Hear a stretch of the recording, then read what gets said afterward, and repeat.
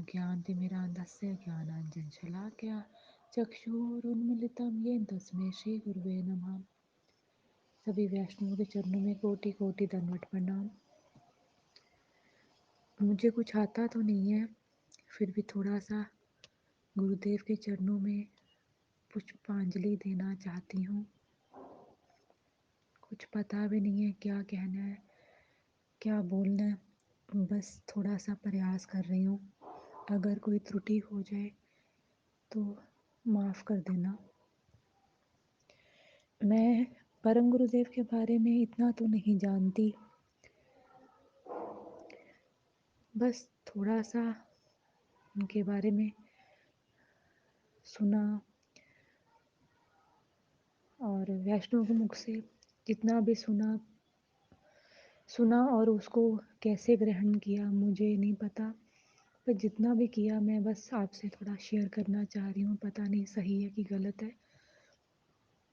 परम गुरुदेव जब भी उनकी वीडियोस और कथाएं सुनती थी तो मुझे एक चीज़ तो फील होती थी कि इस सन में और इतने महीने में या साल में परम गुरुदेव यहाँ पे हैं और मैं उस टाइम कहाँ पे थी कि उनसे मिल नहीं पाई, उनके दर्शन नहीं कर पाई और कहाँ पे अपना टाइम वेस्ट कर रही थी। तो थोड़ा मन में गिल्टी भी आती है, थोड़ा फील भी होता है कि काश मैं उनसे मिल पाती, पर अब वो तो अभी भी यहाँ पे है, कहीं गए नहीं है।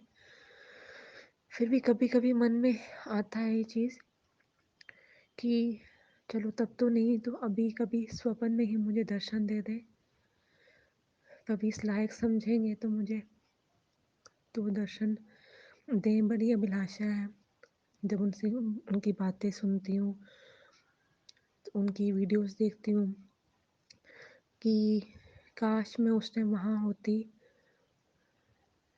तो उनकी नज़र मेरे पे पड़ जाती, कृपा का छींटा बूटा मेरे पे भी पड़ जाता।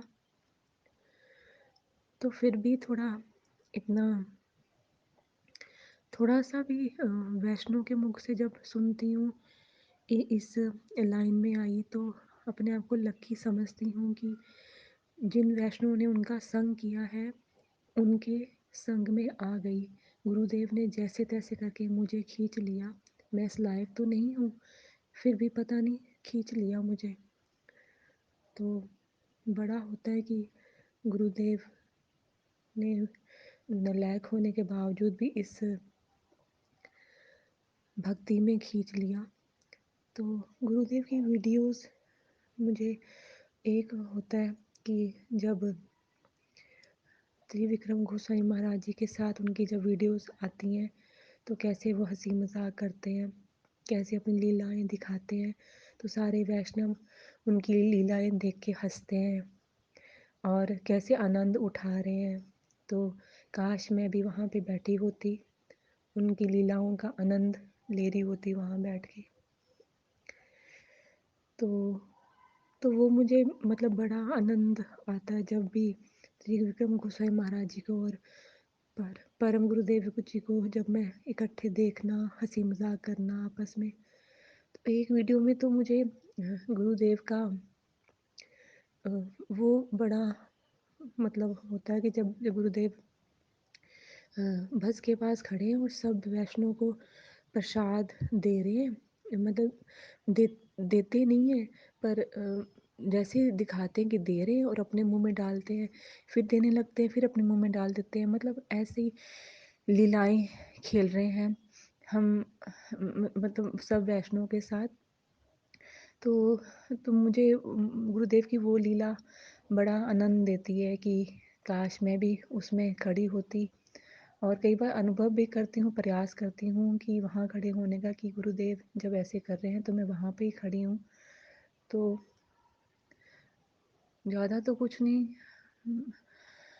हाँ, और वैसे तो बहुत कुछ है गुरुदेव के बारे में, मतलब कुछ कहा मैं क्या बोलूँ गुरुदेव के बारे में, जितना बोलूँ उतना कम है।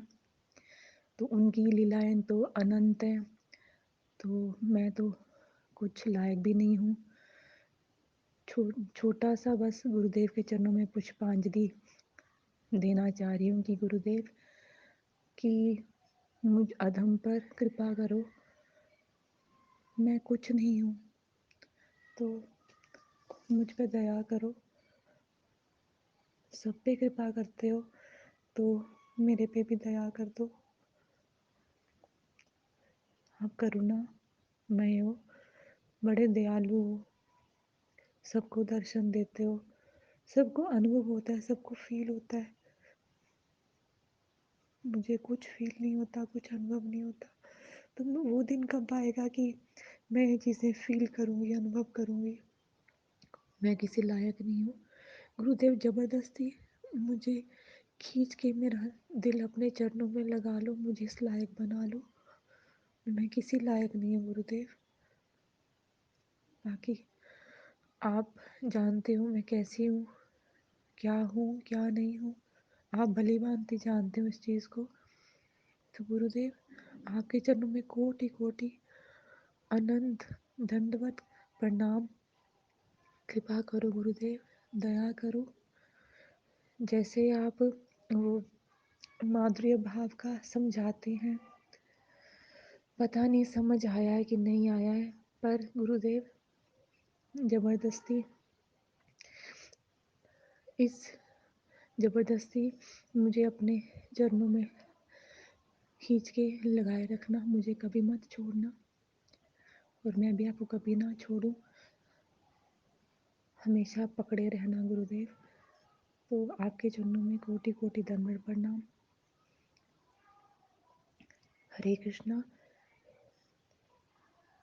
वाञ्छा कल्पतरुभ्यश्च कृपा सिन्धुभ्यं च पतितानां पावनेभ्यो वैष्णवेभ्यो नमो नमः।